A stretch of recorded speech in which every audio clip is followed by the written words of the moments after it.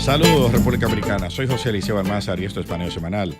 Dando, como siempre, en primer lugar, las gracias a Dios por permitirnos estar aquí con ustedes y a ustedes por concedernos el importantísimo honor de escucharnos por esta Sol 106.5 FM, de vernos en YouTube, en nuestro canal Paneo Semanal y de seguirnos en nuestras redes sociales, Paneo Semanal, saludando como cada sábado a mi hermano y compañero Luis José Polanco.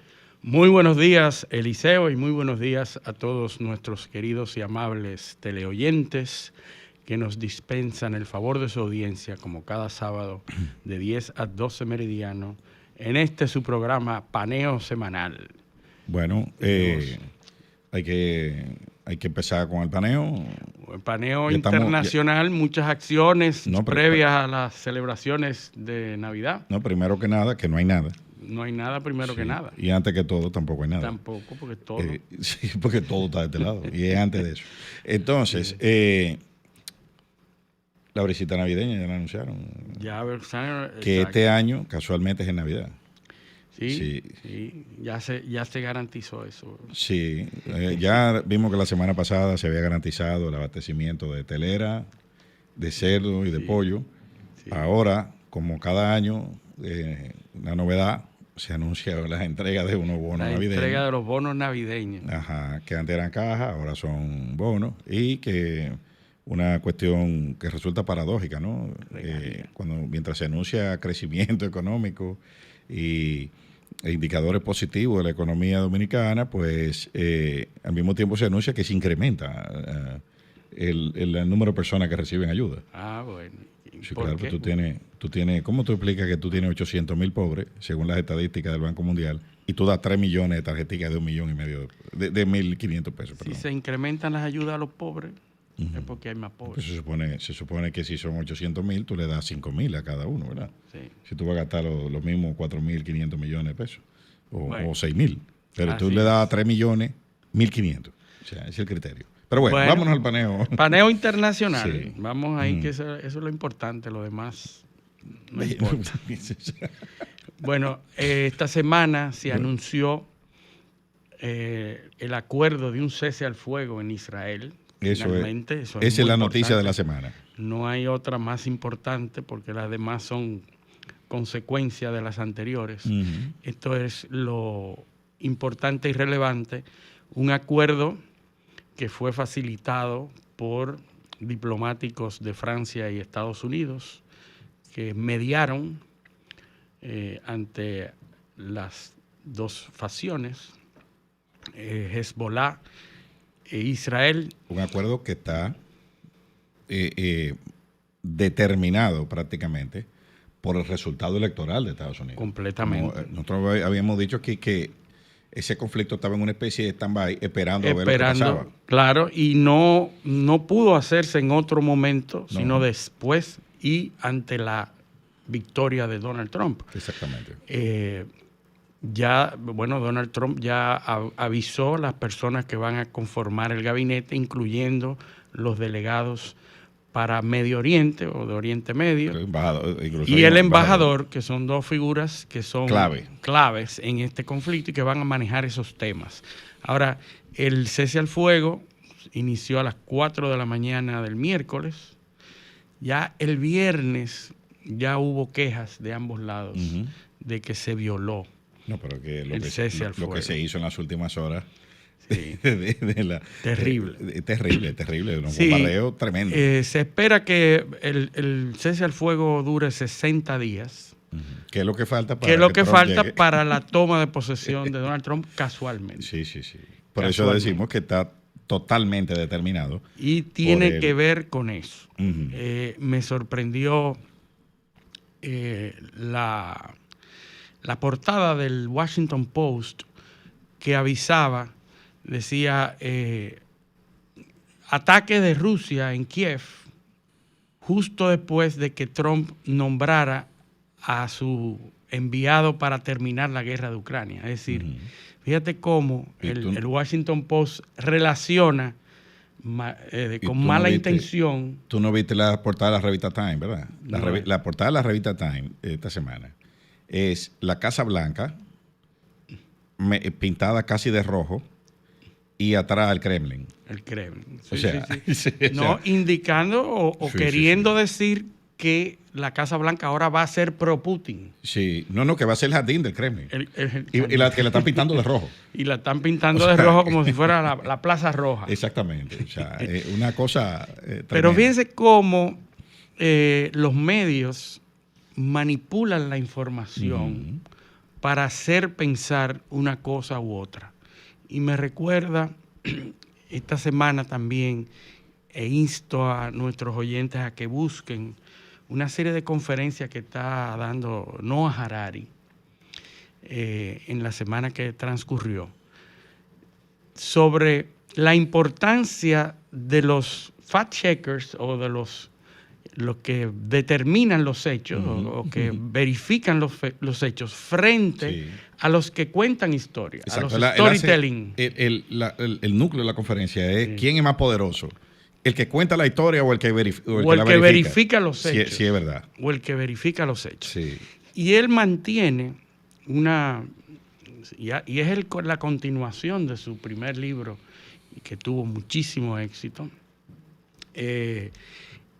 Homo Deus, o fue... No, el primero fue Sapiens. Sapiens, y después Deus. El primero Deus y después otro que era... 21 lecciones para el siglo XXI. Y después vino Nexus. Y después Nexus, que es el último que ha lanzado. Él ha mantenido la misma lógica en todos sus libros, diciendo que lo que ha movido la humanidad y el desarrollo de la humanidad es la narrativa. Sí, el storytelling. El storytelling es cómo un papel escrito o pintado se convierte o tiene valor. ¿Cómo es que eso, que es una abstracción, antes para un animal una banana es importante porque se la puede comer, ¿verdad? Y así lo dice en uno de sus libros. Pero el ser humano tiene la capacidad de abstraerse y esperar un valor basado en la historia que le cuenta. Claro, una bandera. Una bandera tiene valor. Un himno. Abstracto. Sí. Y ahí es que comienza la civilización humana. Un símbolo religioso, una cruz, una media luna, todo eso es parte de un storytelling. Y el mismo Noah Harari dice, él dice que uno de los problemas que se plantean ahora es la obsolescencia de algunos de esos relatos. Correcto. Y él menciona la Biblia como un ejemplo de un relato obsoleto. No, fíjate por su flexibilidad. Claro, no hay manera de apelar a un cambio en la Biblia. Claro. Porque fue escrita por Dios.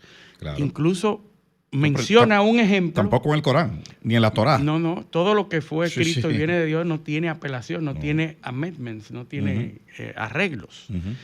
Menciona una cosa muy interesante que yo no me había percatado.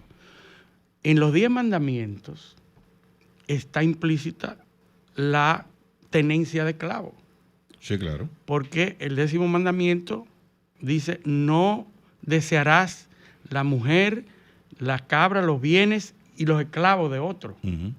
Entonces, esa palabra está ahí, que muchas traducciones la obvian. Claro, porque la mayoría de las Biblias que llegan a las manos de la mayoría de la gente son Biblias editadas. Editadas, traducidas, Reina Valera, e interpretadas. Reina Valera, latinoamericana, todas esas Biblias tienen su historia de cómo fue que se confeccionaron y cómo llegaron a las versiones que tiene la mayoría de la gente hoy en día. Sí, o sea, es correcto. Hay una Biblia, una versión de la Biblia, que es redactada, compilada por científicos, que es la Biblia de Jerusalén. Sí.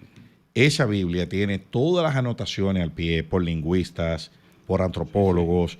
Si quieren leer la Biblia como fue escrita, como fuente histórica y científica, yo les recomiendo que adquieran esa y que la comparen con la que usted tiene en su casa, con la Reina Valera o con la latinoamericana, para que ustedes vean las diferencias diametrales que hay. Y las posibles interpretaciones, porque un texto cualquiera está sujeto a varias interpretaciones. Y sobre todo, cuando viene de lenguas que no usaban palabras sino caracteres. Eran caracteres que representaban conceptos. Sobre todo el arameo, el hebreo, que en muchas ocasiones no usaban vocales. Y esa palabra pudiera significar hay palabras, términos, que en un contexto cultural significan una cosa. Sí. Y en otro, otra. Entonces, eso hay que cogerlo con pinza, porque son temas muy delicados. Incluso, pues mira cómo es que llega a eso. Y yo sé que no, para que la gente entienda. Arameo, hebreo, fueron las lenguas primarias, dos de las lenguas primarias, porque hay muchas. Sí, sí. Hay muchas. La Biblia es un metatexto. Así, es un conjunto de libros. Sí. Una compilación de textos compilados independientes uno de otro. Sí, sí. Y de épocas diferentes. De épocas diferentes donde ninguno hace referencia al otro. Sí. Bueno, hay libros que hacen referencia a otros. En el Nuevo Testamento se habla mucho de los salmos, de los profetas. Perfecto. Etc. Pero no están hechos para leerse en secuencia. No, porque son individuales. Bien. Hay libros de diferentes categorías. Hay libros históricos, hay libros que son poéticos, sí, con cánticos, con versos. Y hay diferentes, hay como 3 o 4 categorías de libros. Están los evangelios, son, cartas, hay transcripciones. Sin embargo, los libros que citan textualmente a Jesucristo, por ejemplo, el Evangelio de Santo Tomás, que no está, es de lo que está. De los apócrifos. De los apócrifos, de lo que la iglesia no aceptó por las razones no entraron en el canon. En la compilación inicial. Sí. El Evangelio de Santo Tomás son citas de palabras que supuestamente pronunció Jesucristo. Sí, todo. Son evangelios. Si es evangelio, hablan de... Sí, claro, pero son citas. Son citas. Citas, solamente, porque los evangelios relatan una historia. Sí. Pero estos son citas. Tal cosa. Es como replicando frases que dijo. Entonces, por alguna razón eso no está ahí. Bueno, pues eso es... Sí, no, eso es harina de otro concilio donde se determinó y determinó el canon que iba a utilizarse. De hecho, varios siglos después que fueron escritos. Los protestantes, muchos siglos después, los protestantes excluyeron o dejaron fuera muchos. De hecho, la Biblia católica tiene libros que son deuterocanónicos, que son después del canon, es decir, que fueron agregados, incorporados luego, porque se entendía y se determinó la inspiración divina. Entonces, tú tienes lenguas que ya en algunos casos desaparecieron, que fueron traducidas primero al griego clásico, en el periodo de la helenización, cuando Alejandro Magno capturó esos territorios de Oriente Próximo y siguió hasta lo que hoy Irán. Y la India llegó. Y llegó hasta la India. Bueno, en ese proceso, el griego se volvió el idioma. Sí. Era como el inglés ahora. El inglés de ahora. Y después después fue el latín. Y después entonces esos territorios cayeron en manos de los romanos. El Imperio Romano. Y llegó al latín, es de griego a latín. Y entonces del latín es que viene a las lenguas actuales. Por el mundo. Entonces, el latín ya no se habla. Se estudia como tema cultural para poder, porque es la base lingüística de las lenguas occidentales, del francés, del italiano, del español y la base de las lenguas románicas. Y la base del vocabulario científico de todas las lenguas occidentales. Porque ahí nació, bajo ese periodo nacieron las ciencias. La compilación de conocimiento, como dice Noah Harari. Noah Harari. Sí. Entonces, por eso es importante que nosotros hablemos de todo esto, que aparentemente no tiene ninguna relación, pero sí el relato. ¿Quién maneja el relato? ¿Y qué es lo que nosotros entendemos por relato? Tú hablas con una persona en la calle que le gusta y aprovechamos para agradecer a las personas que se han manifestado y que han hablado y que les gusta el programa, etcétera. Pero tú hablas con una persona en la calle y entiende una cosa de lo que está pasando en el mundo totalmente diferente que otra. Claro. El que tiene un tipo de fuentes, el que oye CNN, el que ve MSNBC, Univision, Fox, tiene un relato, una creencia de lo que está pasando en el mundo diferente a un occidental o a uno que ve Al Jazeera, por ejemplo. Sí, sí. A una persona que viva en Medio Oriente. ¿Tú te acuerdas que creo que era Benjamin Franklin que decía que el hombre que solo lee periódicos está menos informado que el que no lee nada? Exactamente. Él era un crítico a eso porque hablaba de panfletos. Por eso cuando le hablan a uno, es un panfleto. Eso es porque lee una visión reducida de la realidad. Try to be informed, not opinionated. Exactamente. Entonces, lo que estamos viendo en el día de hoy es lo que el que maneja la narrativa quiere que nosotros oigamos y vemos y creamos. Y eso es importante porque eso es lo que mueve el mundo. Es que nuestro cerebro, gasta el 70% de su energía manteniéndonos vivos. Sí. El 25% emocionándonos y el 5% domesticando las emociones. Domesticando. O sea que ahí está el 100%.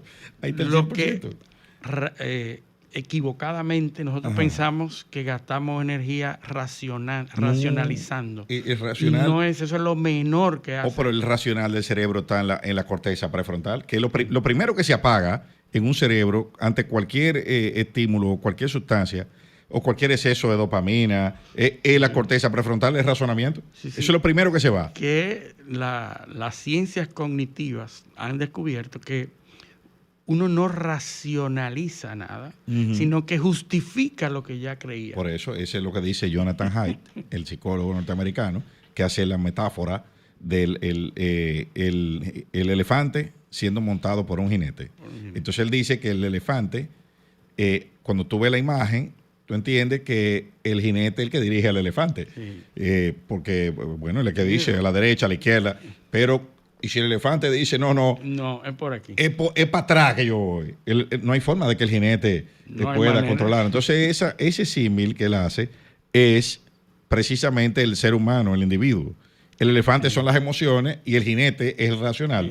Que está vive tratando de controlar. Sí. Ese es el sistema reptiliano que nos gobierna. Sí. Es que óyeme, la gente ve, se emociona y luego actúa. Y después reflexiona. Y después busca la justificación de por qué hizo. Entonces, todos los sistemas de creencia están atados, con eso que dice Noah Harari, a la voluntad del individuo.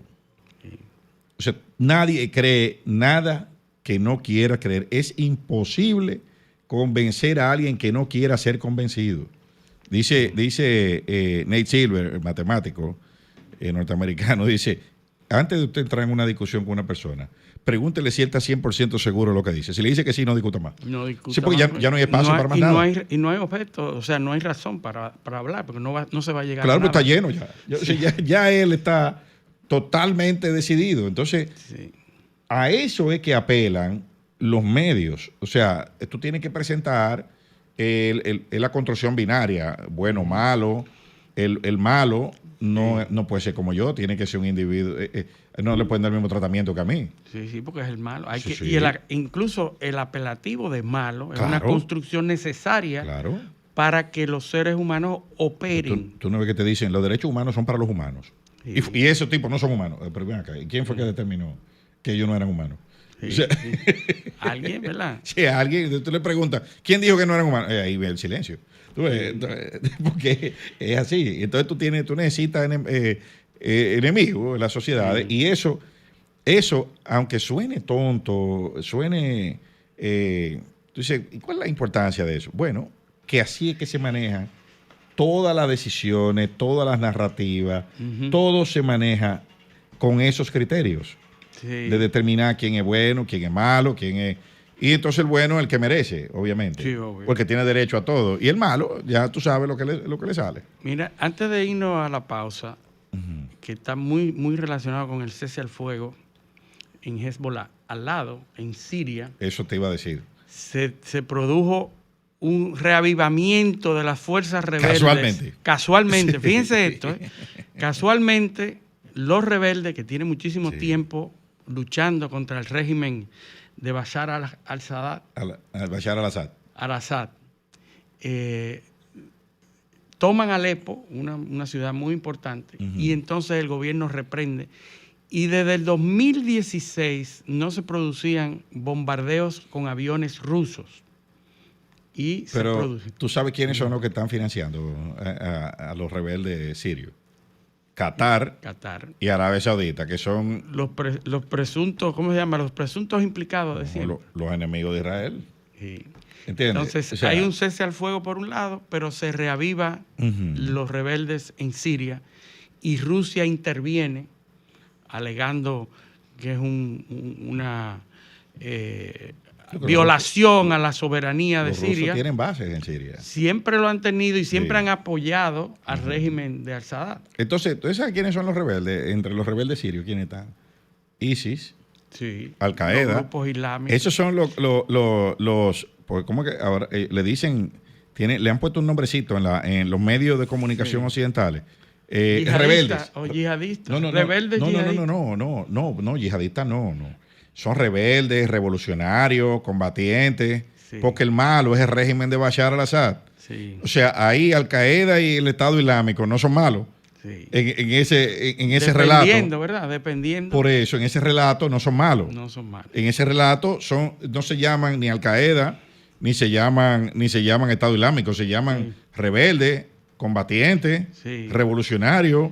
Sí. Pero no se llaman así. La denominación ya implícita un criterio para que tú lo aceptes como tal. O sea, ya en la denominación que ponen los medios ya hay algo, un criterio. Y uno lo acepta como si fueran hechos, como si fueran facts. No, porque no es lo mismo. Pero cuando te lo describen, ya tu cerebro condiciona y dice, no son malos. Claro. No, el malo es el otro. Pero si tú dices que se está resaltando como positivo que Al-Qaeda y el Estado Islámico estén combatiendo a un gobierno, o sea, ¿cómo tú quedas en la comunidad internacional? Tú no puedes decir eso, tú tienes que decir que son rebeldes, ponerle otro nombre. Sí. No, y cuando uno busca el origen de dónde vienen las armas, ¿quién lo creó? ¿Quién creó ISIS? ¿Verdad? Y cómo y por qué. ¿Cómo y por qué? ¿Y para qué? ¿Por qué se crea? ¿Y para qué? ¿Y para qué? ¿Y para qué? Que es una consecuencia de la operación en Irak de los Estados Unidos, de las decenas de miles de jóvenes que fueron a prisiones a ser torturados. Sí. Justamente lo mismo que pasó en Afganistán contra Rusia. Claro. También. Exactamente, el Mujahideen que después se convirtió en el Talibán. En el Talibán que después, bueno, le salió mal, no lo pudieron controlar. Sí, es como los residuos tóxicos. ¿Tú entiendes? Sí. Yo hago una cuestión, no la hago y me funciona para lo que yo quiero, pero se quedaron ahí armados. Sí. Y después te mordieron. Como decía Hillary Clinton. You can keep snakes in your backyard. And don't expect. I expect they're only gonna bite your neighbor. Sí. Así es. Bueno, pero vámonos a la pausa. Esto es Paneo Semanal. No le cambien.